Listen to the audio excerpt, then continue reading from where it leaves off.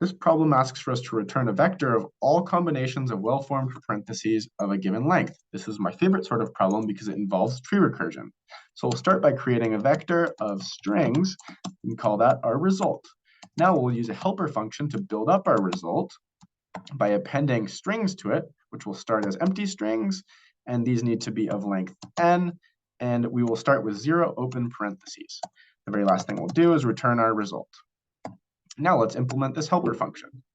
So it's going to be void because it is manipulating the result as an input parameter, which is going to be a vector of strings, and it's going to be passed by reference. So it's not creating a new vector of strings when you're passing the result in. It's referring to this original vector of strings. We'll call this result.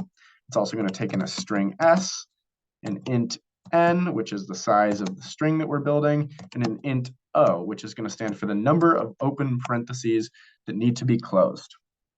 So if the number of open parentheses that need to be closed ever falls below 0, we can return early because we know that we've just created an invalid string.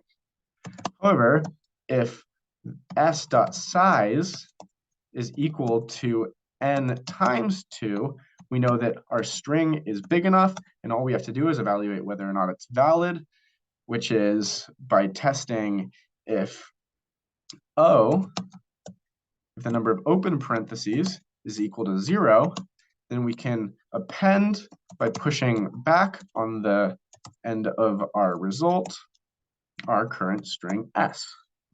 Otherwise, all we have to do is make our two recursive calls. We'll call help on the same result that we're working with right now, and our string, but now we're going to append onto the end of the string a closing parenthesis, and n, which will stay the same, and o, which will be decremented by 1 because we've just closed one of the opening parentheses, so we now have one less opening parenthesis.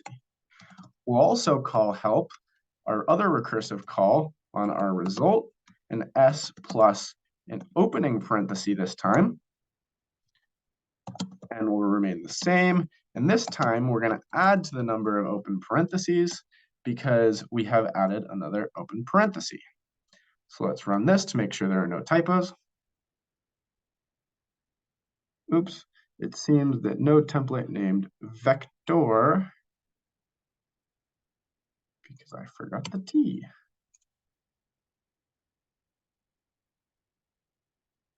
Great, everything seems to be passing. Admire the elegance of the solution, and if you enjoyed the video, please like and subscribe for more. Thank you for watching. Have a great day.